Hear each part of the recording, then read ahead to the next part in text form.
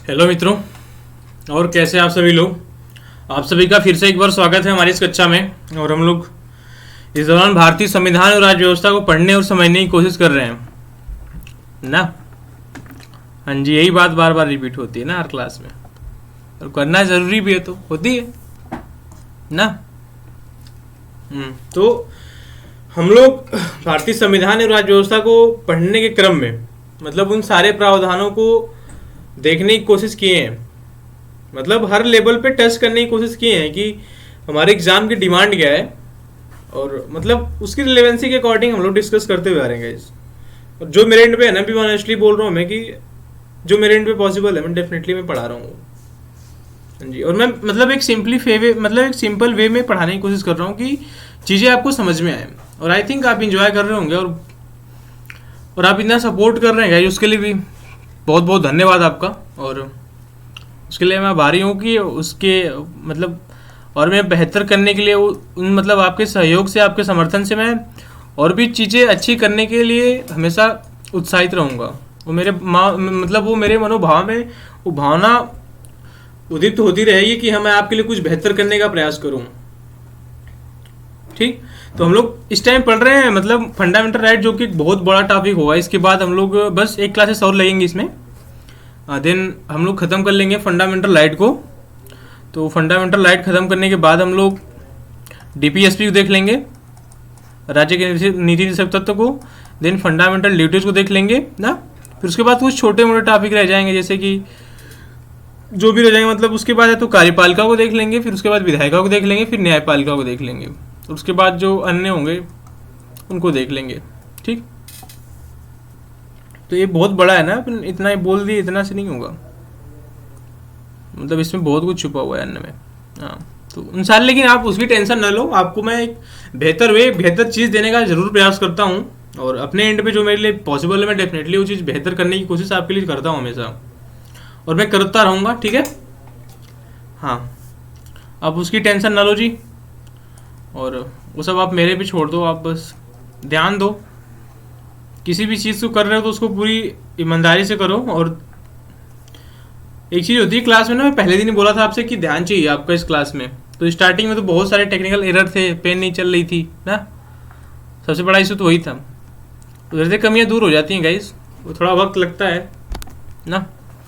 तो आज हम लोग पढ़ेंगे जो रिट के क्षेत्राधिकार थे ना, कल उसको हम डिस्कस नहीं कर पाए थे। आई थिंक कल ना चाहिए था, बट कर नहीं पाए थे, तो आज देख लेते हैं उसको ना। और देन आज फंडामेंटल राइट खत्म ही कर लेंगे ना, आज नहीं कल खत्म कर लेंगे, थोड़ा बहुत इसमें रहेगा। तो लिख लीजिए कि सर्वोच्च न्यायालय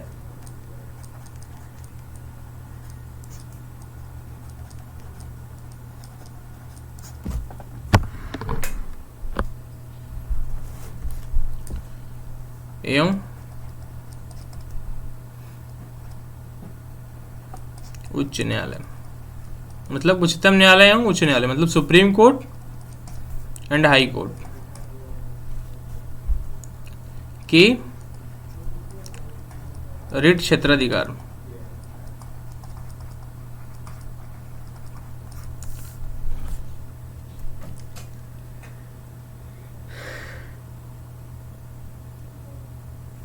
अब लिखो इसमें कि सुप्रीम कोर्ट यह केवल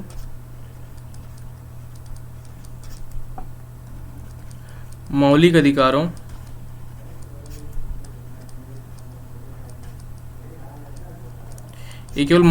का उल्लंघन होने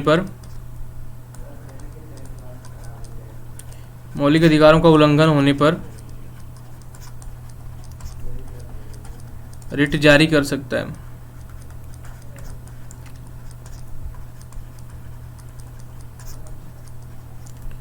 आर्टिकल यहाँ पे लिख लो अनुच्छेद 32 के तहत ना। ठीक, और हाई कोर्ट में लिखो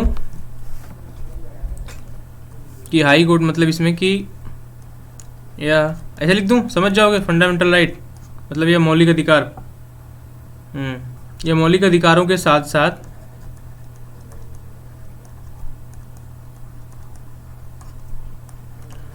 अन्य अधिकारों के उल्लंघन पे भी, अन्य अधिकारों के उल्लंघन पर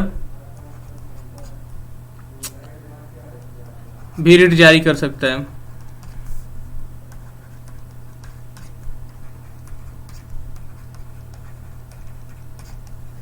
ठीक, मतलब क्या है देखिए, और ये आर्टिकल फिर से भूल जा रहा हूँ यार, 226। ठीक, तो इसमें क्या है, सर्वोच्च न्यायालय जो है ना वो केवल अगर किसी व्यक्ति के मौलिक अधिकार का उल्लंघन होता है तो ही जाके वो सुप्रीम कोर्ट में रिट जारी करवा सकता है, जो हम लोग कल रिट को बहुत विस्तार पूर्वक पढ़ चुके हैं। ठीक है, इसमें बंदी प्रत्यक्षीकरण को पढ़े थे, फिर परमादेश को पढ़े थे, प्रतिषेध को पढ़े थे, फिर उत्प्रेषण को पढ़े थे, फिर अधिकार परीक्षा को पढ़े थे, और उससे संबंधित उन सारे प्रावधानों को देखे थे और डिस्कस किए थे। कल उसी पे हमारी कक्षा ही थी बिल्कुल पूरी पूरी, तो आप उसको जाके देखिए, आपको बेहतर समझ में आएगा ये। तो इसमें सर्वोच्च न्यायालय उच्च न्यायालय के रिट क्षेत्राधिकार के बारे में कि सर्वोच्च न्यायालय का जो रिट क्षेत्राधिकार होता है, मतलब कि सुप्रीम कोर्ट का जो रिट जुडिक्शन होता है, मतलब जो सुप्रीम कोर्ट का रिट क्षेत्राधिकार, मतलब सुप्रीम कोर्ट का जो क्षेत्राधिकार होता है ना, केवल मौलिक अधिकारों के उल्लंघन पे ही होता है, कि अगर किसी व्यक्ति के अगर मौलिक अधिकार को उल्लंघन होता तो वो रिट जारी करवा सकता है। ठीक, अगर किसी व्यक्ति के मौलिक अधिकार का उल्लंघन हो रहा है तो रिट जारी करवा सकता है आर्टिकल 32 के तहत, वो डायरेक्टली इसके लिए सुप्रीम कोर्ट जा सकता है। देन यहीं पे अगर उच्च न्यायालय की बात करें, हाई कोर्ट की, मतलब यहाँ पे उच्चतम न्यायालय, यहाँ पे उच्च न्यायालय की अगर बात करें, जो उच्च न्यायालय का जो रिट क्षेत्राधिकार है ये आर्टिकल 226 के तहत लिया जाता है। पहली बात तो आर्टिकल 226, और ये फंडामेंटल राइट, मतलब ये मौलिक अधिकारों के साथ साथ अन्य अधिकारों के उल्लंघन पर भी रिट जारी कर सकता है। ठीक,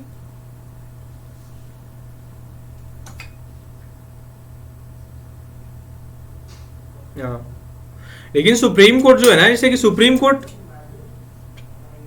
अगर आप सुप्रीम कोर्ट के सामने है, सर्वोच्च न्यायालय के सामने अगर आप तथ्य आंकड़े अगर प्रस्तुत करते हैं, अगर वो सही साबित होते हैं, तो सुप्रीम कोर्ट आपको विधिक सलाह देने के लिए, मतलब विधिक सलाह नहीं दे सकता, आपको मना नहीं कर सकता, वो उसके लिए बाध्यकारी है सर्वोच्च न्यायालय के लिए कि हाँ वो रिट जारी करे, और वो रिट सुप्रीम कोर्ट जारी करेगा। बट यही सेम चीजें उच्च न्यायालय के लिए वो लागू नहीं है। उच्च न्यायालय या हाई कोर्ट उसके लिए लागू नहीं कर सकता है कि हाँ कोई अगर आपके मौलिक अधिकार का उल्लंघन होता है या किसी अन्य अधिकारों का उल्लंघन होता है तो आप, मतलब हाई कोर्ट उसके लिए रिट जारी कर सकता है, लेकिन उसके लिए वो बाध्य नहीं है, वो आपको विधिक सुझाव दे सकता है, वो मना कर सकता है आपको। इन दैट केस आर्टिकल 226 के तहत हाई कोर्ट रिट जारी करता है, वो मौलिक अधिकारों के साथ साथ अन्य अधिकारों पर भी रिट जारी करता है, लेकिन वो आपको विधिक सलाह भी दे सकता है, विधिक सुझाव भी दे सकता है, और उसके लिए मना भी कर सकता है कि ना जी मैं नहीं करता। लेकिन सुप्रीम कोर्ट नहीं कर सकता, सुप्रीम कोर्ट को रिट जारी करना ही होगा एनी हाउ, उसके लिए बाध्यकारी है। आप लिखो कि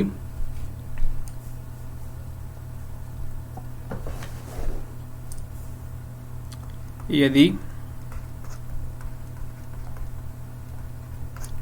साक्ष्य सही है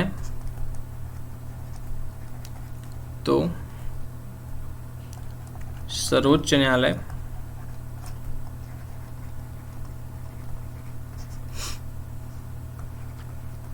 इसे स्वीकार कर लेता है। लिखिए कि सुप्रीम कोर्ट रिट जारी करने के लिए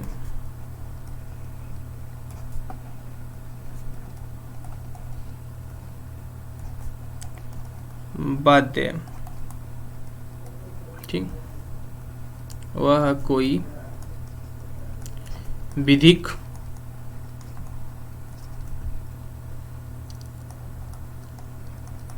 उपचार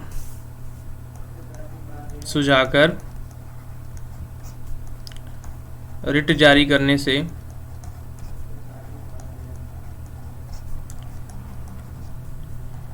मना नहीं कर सकता। ओके, तो हम लोग देख ही चुके हैं, इसको समझे ही अपन तो ना। और यही सेम केस क्या होती है हाई कोर्ट के लिए। लिखो कि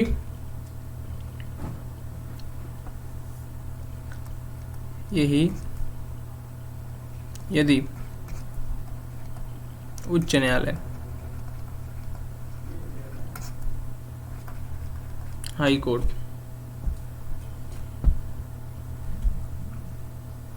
भी रिट जारी करने से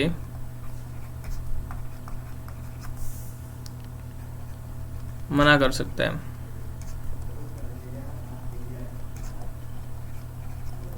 ठीक, और कोई विधिक सुझाव दे सकता है। ठीक,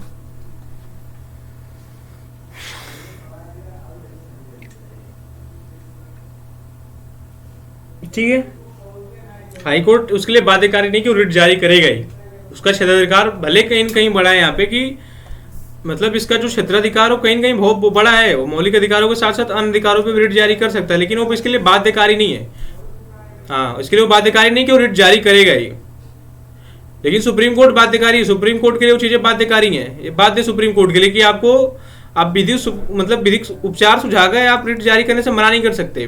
लेकिन in that case high court, यदि उच्च न्यायालय, मतलब यही यदि उच्च न्यायालय है तो रिट जारी करने से क्या कर सकता है, मना कर सकता है, और वो विधिक सुझाव दे सकता है आपको। हाँ जी,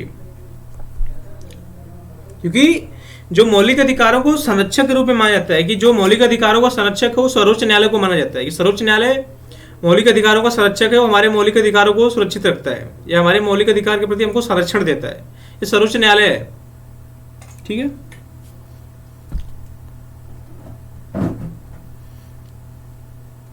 एक इसमें सिद्धांत आता है आर्टिकल 32 के तहत, अब लिखो उसमें आए कि अनुच्छेद 32 के तहत भारत में रेस जुडिकाटा, ऐसे लिख लो ना, रेस जुडिकाटा का सिद्धांत लागू होता है।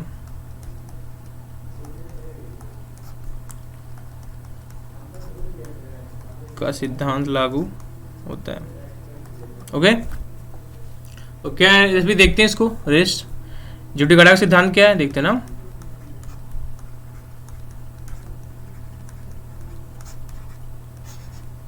लिखिए कि इसमें, लिखो आप इसमें कि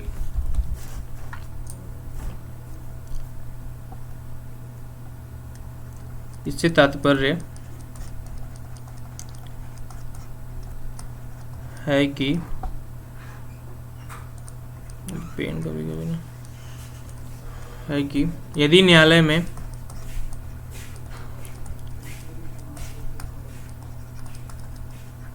तथ्य की, या मतलब ये तथ्य या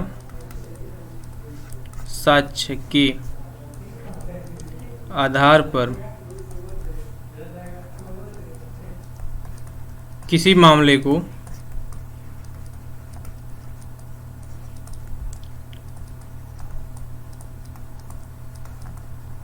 अस्वीकृत कर दिया जाता है,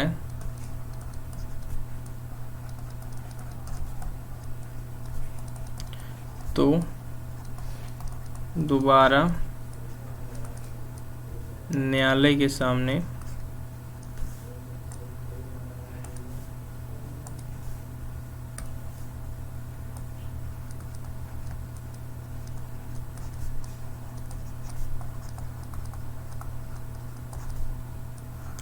वह मामला नहीं ले सकता।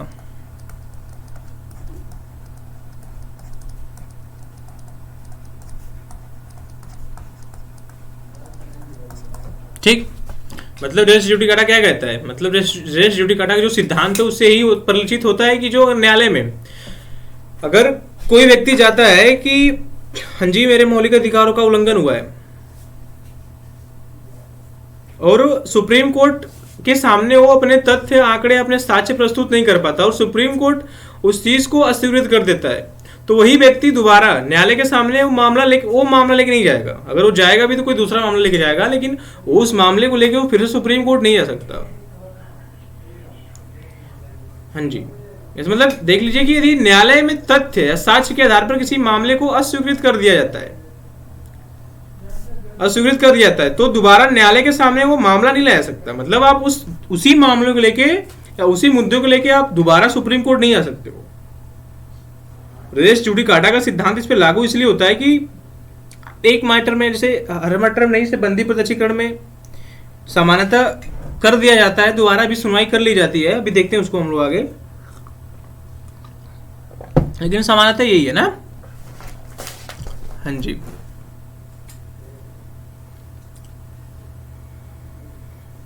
मतलब इसे तात्पर्य यही है कि न्यायालय के सामने मतलब बार बार वही निर्णय लाया जाएगा तो न्यायालय के समय की बर्बादी होगी ना। हाँ जी, और एक ही विषय पे कितनी बार आप डिस्कस करोगे, और भी तो विषय है ना। मतलब कोर्ट के सामने बहुत सारे ऐसे विषय होते हैं जिसपे डिस्कस करना होता है। ऐसी बहुत सारी केसेस पेंडिंग में पड़ी हुई हैं। आप एक ही मुद्दे को बार बार लेके जाओगे तो कहीं कहीं ना समय, जो एक समय सीमा है वो कहीं ना कहीं बाधित होगी ना। एक व्यक्ति को अगर 24 घंटे मिलते हैं, उसी में 6 घंटे काम करने, 10 घंटे काम करने हैं, तो हर व्यक्ति कहीं कहीं अपनी प्रतिबद्धता है। हर व्यक्ति कहीं कहीं किसी भी काम करने के लिए हर किसी को काम करने की एक सीमा होती है। आप उसी में एक ही निर्णय को 10 बार लेके जा रहे हो, तो और भी निर्णय है ना, और भी काम है, वो भी करने हैं ना अपने को। वो भी सुप्रीम कोर्ट के पास बहुत बड़ी जिम्मेदारी है सुप्रीम कोर्ट के पास। हाँ जी, ठीक।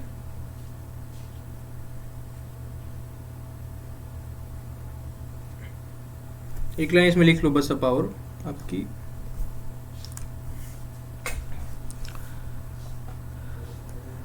अनुच्छेद 32 के तहत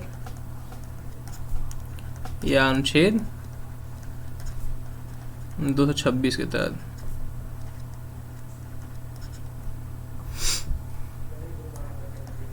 जब बंदी प्रत्यक्षीकरण हैवियस कॉर्पस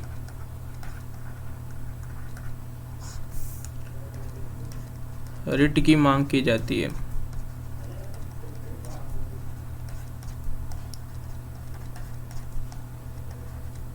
तो वहाँ काफ़ी हद तक रेस जुडिकाटा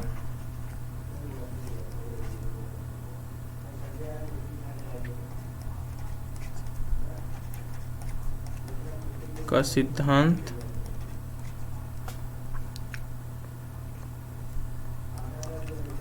लागू नहीं होता। ओके, जैसे बंदी प्रत्यक्षीकरण के मामले में किसी व्यक्ति को, कोई व्यक्ति एक बार आता है, अगर वो साक्ष्य प्रस्तुत नहीं कर पाता है, जैसे कोई व्यक्ति आता है, ठीक, उसको बंदी बनाया गया है, बंदी करता किसी को बंदी बनाया गया है, ठीक। कल हम लोग समझे थे बंदी प्रत्यक्षीकरण को, किसी व्यक्ति को बंदी बनाया गया, एक बार में वो साक्ष्य प्रस्तुत नहीं कर पाता, तो जरूरी नहीं कि अगली बार वो साक्ष्य प्रस्तुत न कर पाए, अगली बार साक्ष्य प्रस्तुत कर सकता है। और यहाँ पे किसी के व्यक्ति की जिंदगी का सवाल है ना। हाँ जी, तो बंदी प्रत्यक्षीकरण पे क्या है, अगर रिट की मांग की जाती है तो काफी हद तक रेस जुडिकाटा का सिद्धांत लागू नहीं होता है। हाँ जी,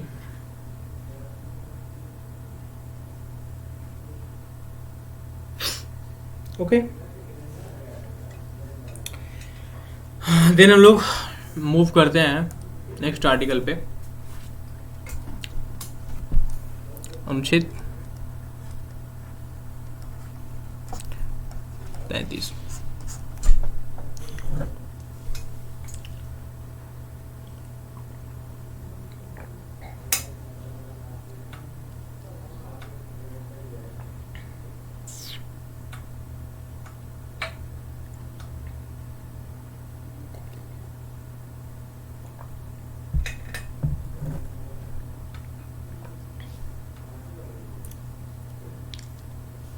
मतलब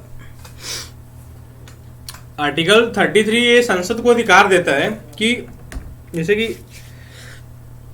हमने स्वतंत्रता के अधिकार को पढ़ा है कि स्वतंत्रता का अधिकार क्या होता है, ठीक है। जिसमें स्वतंत्रता के अधिकार में हम लोगों ने 6 प्रकार के अधिकारों को पढ़ा था, उस पर क्या प्रतिबंध है उनको भी पढ़ा था। लेकिन आर्टिकल 33 में ये मतलब जैसे कुछ श्रेणी के व्यक्ति हो, जैसे कानून व्यवस्था से संबंधित कोई व्यक्ति है, ठीक, कोई व्यक्ति जो कानून व्यवस्था से संबंधित है, कोई व्यक्ति सशस्त्र बल से संबंधित है, या कोई व्यक्ति या सूचना है, कोई गुप्तचर है, या कोई रा का एजेंट है, कोई आईबी का एजेंट है, ठीक है, या कोई आवश्यक दूरसंचार से संबंधित व्यक्ति है, जैसे 112 नंबर, 1090 नंबर। तो कुछ ऐसे व्यक्ति होते हैं, मतलब कि इन व्यक्तियों के खिलाफ कुछ युक्तियुक्त प्रतिबंध होते हैं, इनके मौलिक अधिकारों का मतलब राज्य हनन कर सकता है, और इन पे मतलब इसको आप यूजुअली सभी जानते होंगे, लेकिन आप इसको एक सिंपली वे में बोले तो जैसे कुछ पद होते हैं, जैसे कि आपके डिस्ट्रिक्ट में, आपके थाने पे कोई पुलिस होगा ना, वो आप देखेंगे कि जिस दिन मेला लगता होगा ना, तो उस दिन वो मेले के दिन वो ड्यूटी कर रहा है, और वो ऐसा नहीं बोल सकता कि हाँ जी नहीं, मेरे मौलिक अधिकार का है, मेरे स्वतंत्रता के अधिकार का है, मेरे व्यक्तिगत स्वतंत्रता का उल्लंघन हो रहा है, क्योंकि शर्तें होती हैं कुछ, किसी भी ड्यूटी को करने के लिए। आप कहीं ड्यूटी करने जाते हैं तो आपको पहले ही बहुत सारी शर्तें लिख के दी जाती हैं कि आपको इन शर्तों का पालन करना होगा, देन आप आओ, अदरवाइज आप मत आओ। आप एक साधारण, एक सामान्य नागरिक बन के जियो। जैसे अगर कोई व्यक्ति कानून व्यवस्था से संबंध रखता है, जैसे कोई डीएम है, ठीक है, कोई जिलाधिकारी है, या कोई सशस्त्र बल, या कोई आईपीएस अधिकारी है, तो उसको हर मामले में छूट नहीं होगी ना, मतलब उसको कुछ विशेषाधिकार प्राप्त होते हैं, कहीं ना कहीं उस व्यक्ति को कुछ विशेषाधिकार मिलते हैं, लेकिन कहीं ना कहीं उसके मौलिक अधिकार का उल्लंघन राज्य कर सकता है। उनको कहीं बोलने के लिए भी बाध्य, मतलब उनको कहीं ऐसा भी हो सकता है कि उनको कहीं ना बोला दिया जाए, आप नहीं बोल सकते यहाँ पे, आप यहाँ जा नहीं सकते, कुछ प्रोटोकॉल होती है हर चीज की, ठीक। तो मतलब इनके मौलिक अधिकारों का कहीं कहीं राज्य हनन कर सकता है, और ये संसद को अधिकार है। हाँ जी, मतलब ये संसद को अधिकार है, को विधि बना के ऐसा कर सकती है, न कि राज्य विधानमंडल को। हाँ, नहीं तो हर राज्य विधानमंडल अपने अनुसार, अपने अनुसार अगर कानून बनाने लग जाए, तो केंद्रीय सेवाएं हैं, तो फिर तो समझ रहे हो आप, अलग कहानी बन जाएगी ना।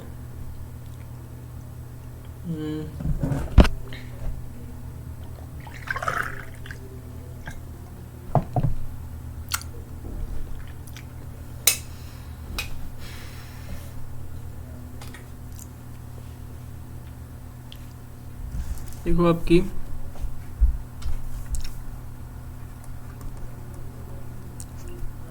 संसद को अधिकार है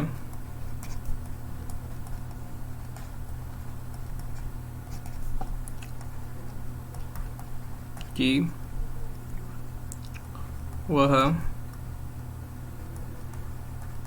सशस्त्र बल, पुलिस बल, खुफिया एजेंसी या कानून व्यवस्था से संबंधित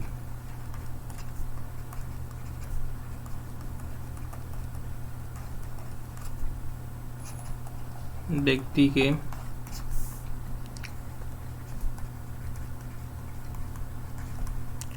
मौलिक अधिकारों पे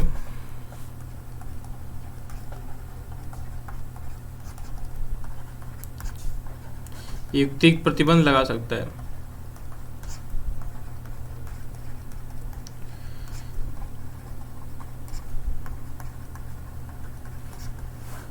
ठीक, और यह अधिकार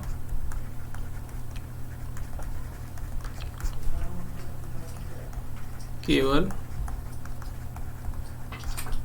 संसद को प्राप्त है, न कि राज्य विधानमंडल को।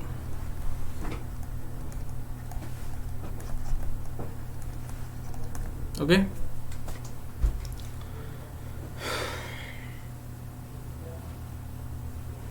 ठीक, इसको समझ लिया अपन ना। अब इसमें लिख लो कि ऐसे लिख लो, अगर नहीं समझ में आ रहा तो।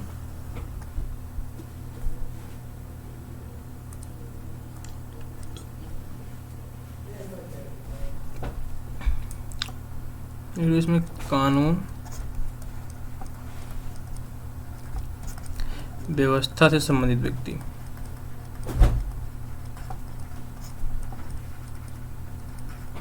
ठीक। सशस्त्र बल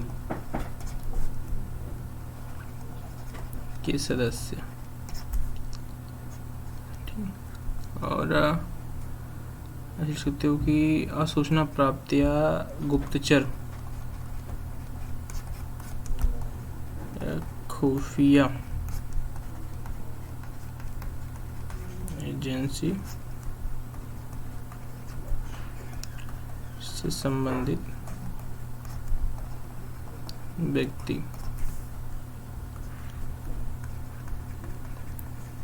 आवश्यक सेवाओं या दूरसंचार से संबंधित व्यक्ति।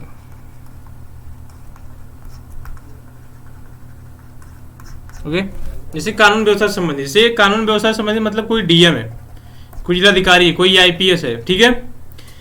तो इनका काम होता है लॉ ऑर्डर को मेंटेन करना। तो कानून व्यवस्था से संबंधित व्यक्ति है ना, तो इनके मौलिक अधिकारों पर युक्तियुक्त प्रतिबंध लगाया जा सकता है, मतलब इनके मौलिक अधिकारों का हनन किया जा सकता है। जैसे कोई सशस्त्र बल के सदस्य हैं, जो कोई सशस्त्र बल से संबंधित कोई व्यक्ति है, तो इनको ये अधिकार नहीं हो कि आप सम्मेलन कर लो कोई, इनको सम्मेलन का अधिकार नहीं होगा, इनको अभिव्यक्ति का अधिकार नहीं होगा कहीं पे। अब ऐसा नहीं है कि अब जाके पाकिस्तान को सारी अपनी खुफिया एजेंसी की जानकारी दे दो, कहीं कहीं इनकी अभिव्यक्ति को भी आज़ादी नहीं होती है, और इनको संगठन बनाने की आज़ादी नहीं होगी। जो सशस्त्र बल के व्यक्ति होंगे, जो सशस्त्र बल से संबंधित व्यक्ति होंगे, जो सशस्त्र बल से संबंधित सदस्य होंगे, उनको सम्मेलन करने की स्वतंत्रता नहीं होगी, उनको अभिव्यक्ति की स्वतंत्रता, उनकी अभिव्यक्ति की स्वतंत्रता पे बहुत प्रतिबंध होता है, उनको संगठन बनाने की स्वतंत्रता नहीं होती है। हाँ जी, इनसे खुफिया एजेंसी जैसे जो रा के एजेंट होते हैं ना, जो रा के आईपी के एजेंट होते हैं, तो उनको भी, उनके भी, अब ऐसा तो है नहीं कि वो अपने, मतलब उनको भी बहुत सारे मौलिक अधिकारों से, मतलब उनके ऊपर भी युक्तियुक्त प्रतिबंध होते हैं, उनके ऊपर रिजनेबल रिस्ट्रिक्शन होते हैं, जो राजा के एजेंट होते हैं, आईबी के एजेंट होते हैं। हाँ, जैसे और यहाँ पे आवश्यक सेवाओं से जैसे दूरसंचार, जैसे कि अभी 112 होगी, ठीक है, गाड़ी नंबर 112 फोन करो, 1090, ठीक, मतलब महिलाओं की हेल्पलाइन से संबंधित है कि एम्बुलेंस, ये तो सबके ही हो गई 112 की इन व्यक्ति जो इनमें संचालित हैं। तो ऐसा वो नहीं बोल सकते ना कि नहीं मैं आज काम पे नहीं जाऊंगा या ऐसा कुछ नहीं करूंगा मैं, उनको दिवाली के दिन पे काम पे लगाया जा सकता है। नहीं तो कोई दिवाली के दिन पटाखा फोड़ के बीमार पड़ गया, कोई फोड़ लिया हाथ, तो कौन दवाई को हॉस्पिटल कौन ले जाएगा। दिवाली के दिन यहाँ पे लफड़ा हो गया, हाँ, इधर दो पार्टी में झगड़े हो गए, बहुत मतलब अलग लेवल का बवाल होगा, तो इनको कौन सुलझाएगा, पुलिस तो सुलझाएगी ना। महिला के साथ कहीं पे छेड़खानी हो गई, मेला लगा हुआ है, यहाँ पे छेड़खानी हो गई महिला के साथ, तो अगर ये छुट्टी पर रहेंगे तो इनकी सुरक्षा कौन करेगा। तो क्या है, आवश्यक सेवाओं या दूरसंचार से संबंधित व्यक्ति पे, मतलब आप इनमें लिख लो शॉर्ट फॉर्म में कि इन पर, मतलब इन चारों पे, ठीक है, कि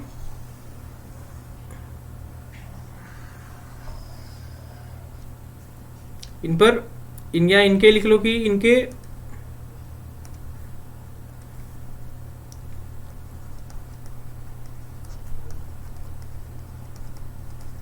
मौलिक अधिकारों पे, इनके मौलिक अधिकारों पर युक्तियुक्त प्रतिबंध लगाया जा सकता है, ठीक।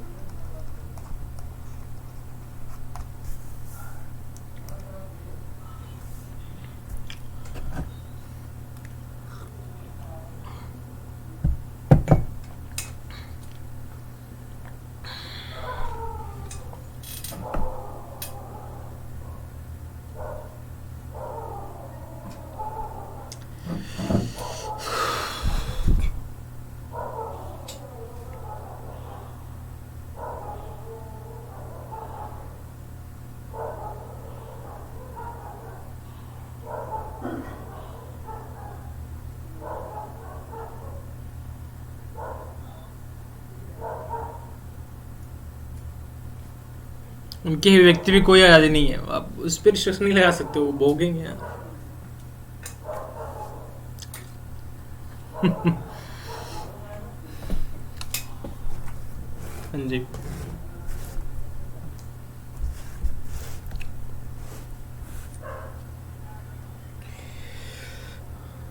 तो कुछ चीजें होती हैं ना जो हमारे आसपास होती रहती हैं, उनको हम उसमें कुछ कर नहीं सकते ना। निद्रा का अधिकार है हमें, ये हमारा मौलिक अधिकार है निद्रा का अधिकार, लेकिन अब वही कुत्ते भौंके ना तो रोड पे।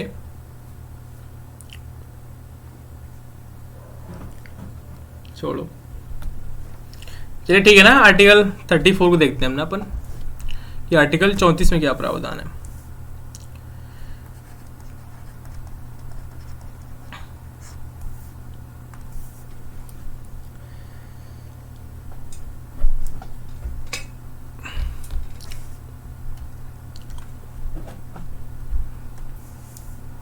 लिखो कि इसका संबंध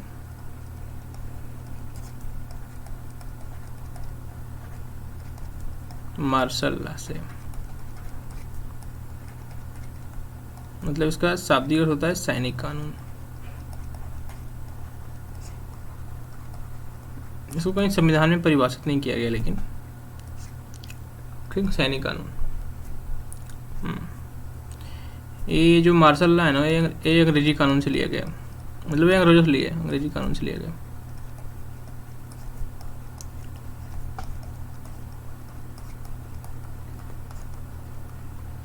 देखिए कि असाधारण परिस्थितियों में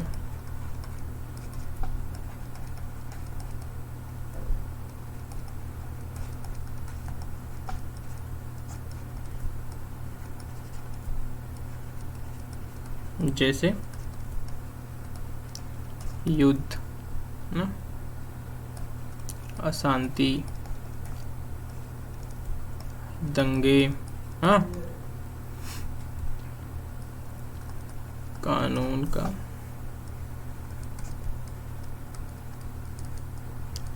उल्लंघन हो तो यह लागू होता है।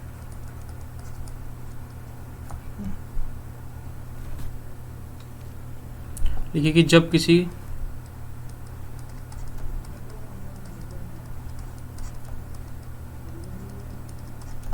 क्षेत्र में सैनिक कानून या मार्शल लॉ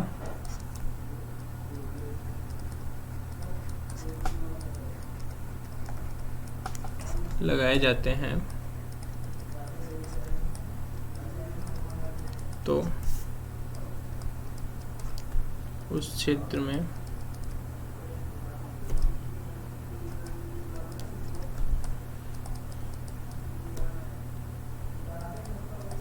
मौलिक अधिकार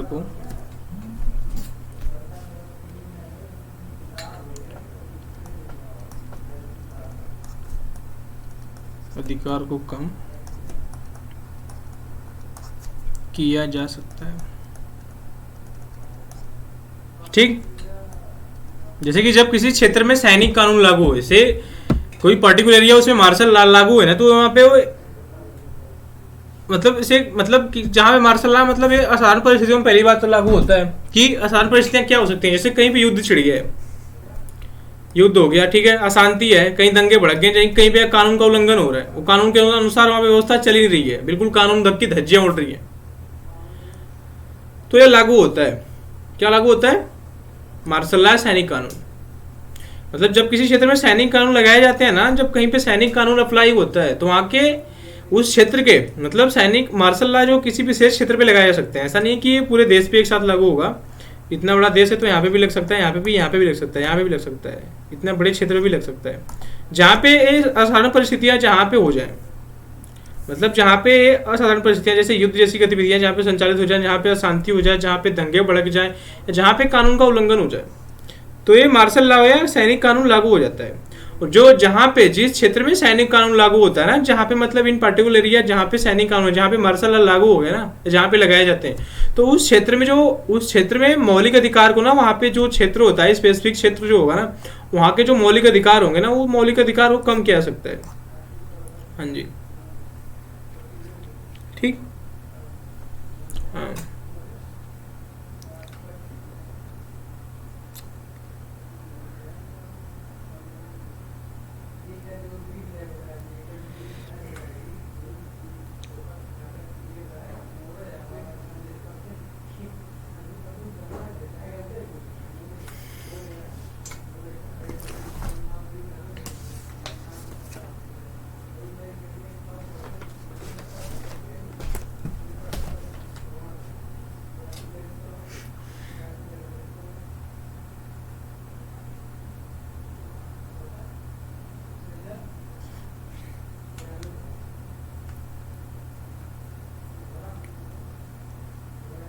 जी।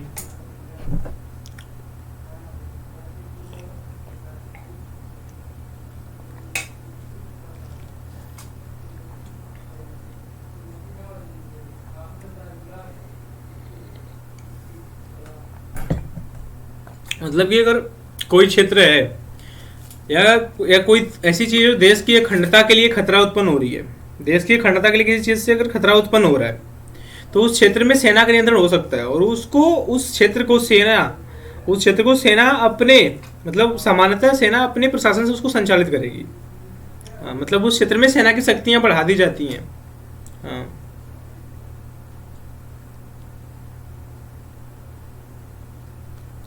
मतलब इस मैटर में भी लागू हो सकती है, लेकिन इस मैटर में भी लागू हो सकती है अगर कहीं पे अगर हमारे देश की अखंडता, जैसे कि हमारे देश की अखंडता और एकता के लिए खतरा कोई चीज़ है, जैसे कि अगर हमारे देश की अखंडता है, अखंडता खतरे में है, अगर मतलब यह एकता खतरे में है तो भी सैनिक कानून लगाया जा सकता है। क्यों?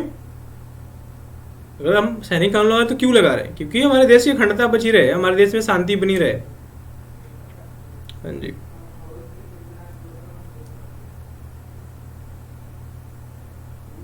आई थिंक आप समझे होंगे इसको ना।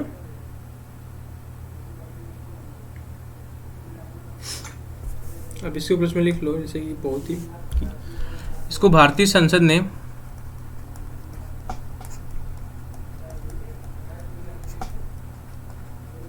भारतीय संसद ने 1958 में शपा बनाया। ये क्या मतलब होता है? Armed force special power act, सैनिक सशस्त्र बल अधिनियम। ठीक, मतलब भारतीय संसद ने 1958 में सैनिक सशस्त्र बल अधिनियम बनाया। मतलब कि भारतीय संसद ने 1958 में मतलब अफसप्पा एक कानून बनाया, मतलब armed force special power act. हाँ, इसी के उपलक्ष्य में कि मतलब यहाँ पे सैनिक या सशस्त्र बल को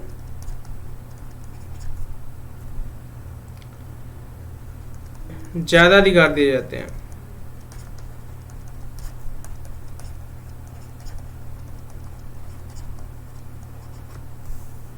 या कुछ विशेष क्षेत्र को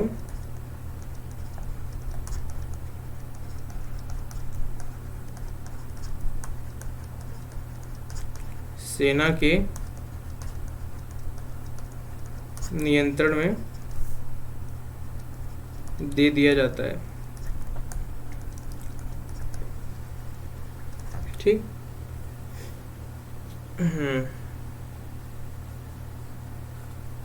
जैसे 1958 में वहां पे लगा था, जैसे मणिपुर, नागालैंड, मतलब जो नॉर्थ ईस्ट वाला रीजन है, उत्तर पूर्वी। और सबसे ज़्यादा टाइम तक तो पंजाब में लगा है, 1983 से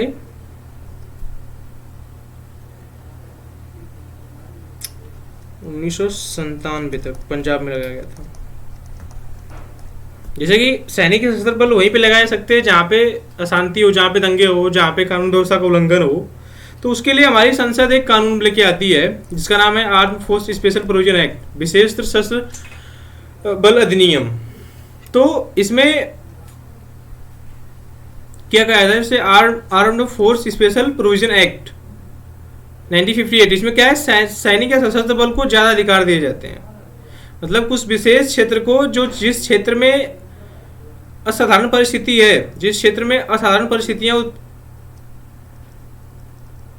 का सृजन हो गया, मतलब जिस क्षेत्र में असाधारण परिस्थितियां उत्पन्न हो गई, उस क्षेत्र को सेना के नियंत्रण में दे दिया जाता है।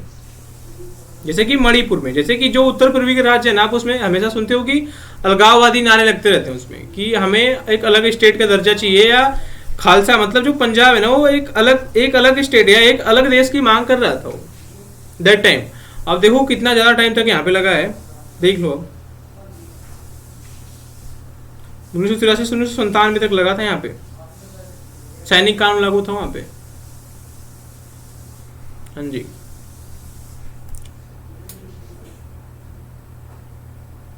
ठीक, ज्यादा नहीं है, बस इतना ही समझना अपने को ना।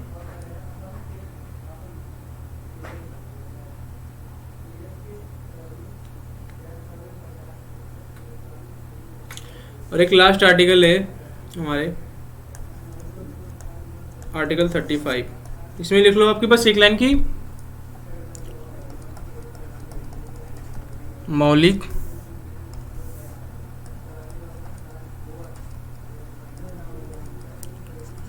अधिकारों के संबंध में, मौलिक अधिकारों के संबंध में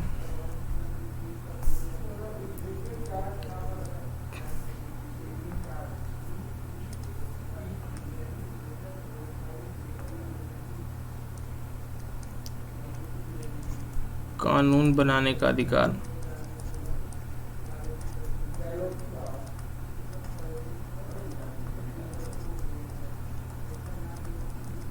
केवल संसद को होगा।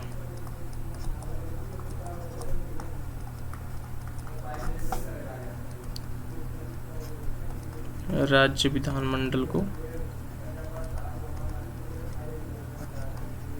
नहीं। ठीक, ओनली पार्लियामेंट।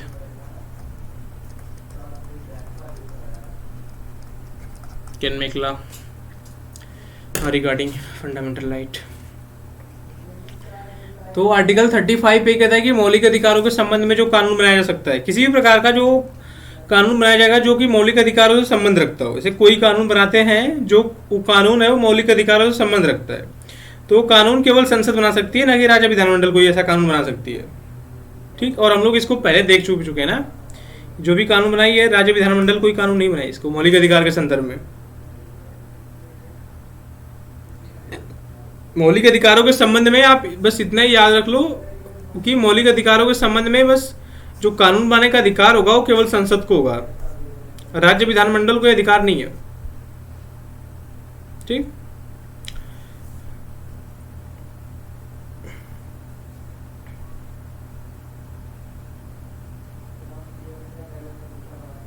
तो guys just now stop and thank you so much. ठीक,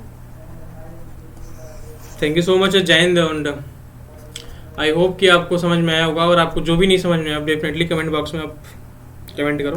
okay, thank you so much, जय हिंद मित्रों।